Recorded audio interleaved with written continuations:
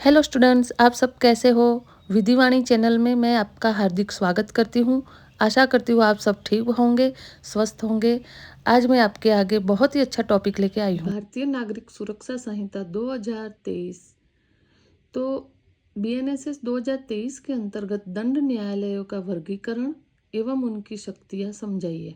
English में कहेंगे explain the classes of criminal courts and there powers. यहाँ जो मैंने वर्गीकरण चार्ट के माध्यम से दिया है वो राजस्थान राज्य को ध्यान में रखते हुए बनाया है। तो दंड न्यायालय की परिभाषा धारा 6 में दी गई है।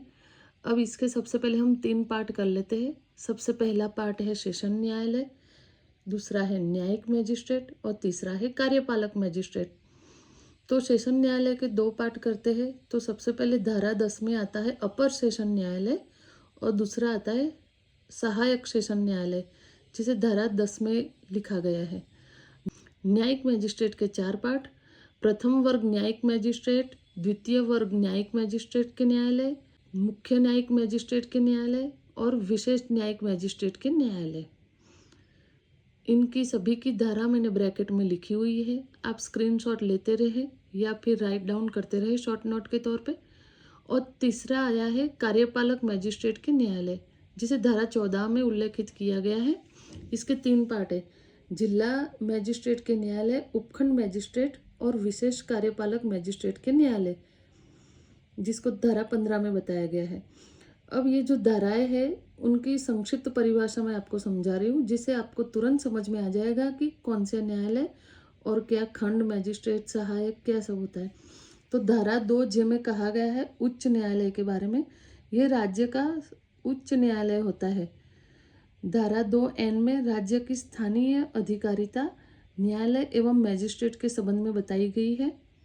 धारा 7 में प्रादेशिक खंड यानी कि प्रत्येक राज्य का सेशन खंड। धारा 9 में मैजिस्ट्रेट न्यायालयों का गठन व प्रकार बताया गया है। धारा 10 में सहायक न्यायाधीशों की नियुक्ति कौन करेगा वो बताया गया है। एवं धारा 22 में दंडादेश यानी कि सेशन, अपर न्यायालय, विशेष न्यायालय, उपखंड न्यायालय, जिला मैजिस्ट्रेट, इन सब की शक्तियाँ उच्च न्यायालय की अभिपुष्टि के बाद ही की जाएगी। जो न्यायोचित हो, विधि के अधीन हो, वही। आपने जो चार्ट में देखा उन न्यायालयों को क्या क्या शक्तियाँ मिली है यानी क्या क्या पावर है, वो मैं आपको एक छोटे से चार्ट के मार्फत समझा रही हूँ। तो सबसे पहले सुप्रीम कोर्ट, तो कोई भी दंड व जुर्माना दे सकते हैं, आजीवन कारावास तक भी दे सकते हैं, फांसी की सजा दे सकते हैं, परंतु वो विधि के विरुद्ध नहीं होना चाहिए। दूसरा है हाई कोर्ट, तो 2J की धारा में इनको परिभाषित किया गया है। कोई भी दंड व जुर्माना जो न्यायोचित हो यानी कि न्याय के उचित होना चाहिए। तीसरा है सेशन न्यायालय, ये हर राज्य में होता है। इनकी धारा है 8(1), मृत्यु या आजीवन कारावास या 7 वर्ष से अधिक अवधि का कारावास दे सकते, परंतु हाई कोर्ट का कन्फर्मेशन के बाद। चौथा आया एडिशनल सेशन न्यायालय यानी कि अपर जिला मैजिस्ट्रेट। धारा 8, मृत्यु, आजीवन या 7 वर्ष से अनधिक कारावास दे सकते हैं, लेकिन हाई कोर्ट के निर्देश अनुसार। 5वां है प्रथम वर्ग न्यायिक मैजिस्ट्रेट। धारा 9 में उल्लेख है 3 वर्ष से अनधिक अवधि का कारावास या 50,000 तक का जुर्माना या दोनों, या सामुदायिक सेवा का दंडादेश। सामुदायिक का मतलब समुदाय के लिए जो हित हो ऐसा दंड दिया जाता है, उसमें उनको मेहनत करनी होती है, कोई प्रतिफल नहीं मिलता। छठा आया है द्वितीय वर्ग के मैजिस्ट्रेट न्यायालय, तो इसमें 1 वर्ष की अनधिक अवधि का कारावास एवं 10,000 से अनधिक जुर्माना या दोनों, या फिर सामुदायिक सेवा। 7वां है मुख्य न्यायिक मैजिस्ट्रेट के न्यायालय। धारा 23(1) में इसका उल्लेख है मृत्यु या आजीवन कारावास या 7 वर्ष से अधिक का कारावास जो विधि द्वारा प्राधिकृत हो। 8वां है विशेष न्यायिक मैजिस्ट्रेट के न्यायालय, तो धारा 11 में इसका उल्लेख है। इसमें प्रथम एवं द्वितीय वर्ग के न्यायाधीश वाली शक्तियाँ या कोई विशेष शक्ति प्रदान की जाती है।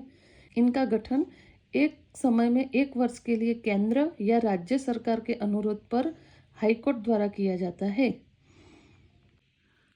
अब इस चैप्टर को लेके आप कुछ विशेष नोट से राइट डाउन कर सकते हैं। राजस्थान में इन्हीं वर्गों के अनुसार न्यायालयों की शक्तियाँ निर्धारित की गई है। मैजिस्ट्रेट न्यायालय की सीमाएं उन्हीं की श्रेणी के अनुसार दी गई है। ज़्यादातर उच्च न्यायालय की अनुमति से ही दंडादेश पारित किया जाएगा, क्योंकि वह पूरे राज्य का उच्च न्यायालय है, हाई कोर्ट जिसे हम कहते हैं। चौथा, दंड कारावास या जुर्माना वही आदेश दिया जाएगा जो न्यायोचित हो एवं विधि द्वारा प्राधिकृत हो, यानी कि विधि के विरुद्ध कोई भी न्याय नहीं किया जाएगा। अब पांचवा है, कार्यपालक मैजिस्ट्रेट की एवं विशेष कार्यपालक मैजिस्ट्रेट की शक्तियां वही होगी राज्य सरकार द्वारा विहित की जाएगी। साथ में मैं आपको बताने जा रही हूँ कि अपर जिला मैजिस्ट्रेट किसे कहेंगे, तो एडिशनल डिस्ट्रिक्ट मैजिस्ट्रेट, जिला मैजिस्ट्रेट यानी कि डिस्ट्रिक्ट मैजिस्ट्रेट, उपखंड मैजिस्ट्रेट इसको बोलेंगे हम सब डिविजनल मैजिस्ट्रेट, कार्यपालक मैजिस्ट्रेट यानी कि एग्जीक्यूटिव मैजिस्ट्रेट, प्रथम वर्ग मैजिस्ट्रेट यानी कि फर्स्ट क्लास मैजिस्ट्रेट, द्वितीय वर्ग मैजिस्ट्रेट जिसे हम कहते हैं सेकेंड क्लास मैजिस्ट्रेट, और सेशन न्यायालय जिसे हम कोर्ट ऑफ सेशन भी कहते हैं। इस प्रकार आपको इंग्लिश और हिंदी दोनों नाम जानना बहुत ही आवश्यक है। Thank you very much. मेरे द्वारा लिखी गई नोट्स अगर आपको अच्छी लगी हो तो like, share and subscribe my channel.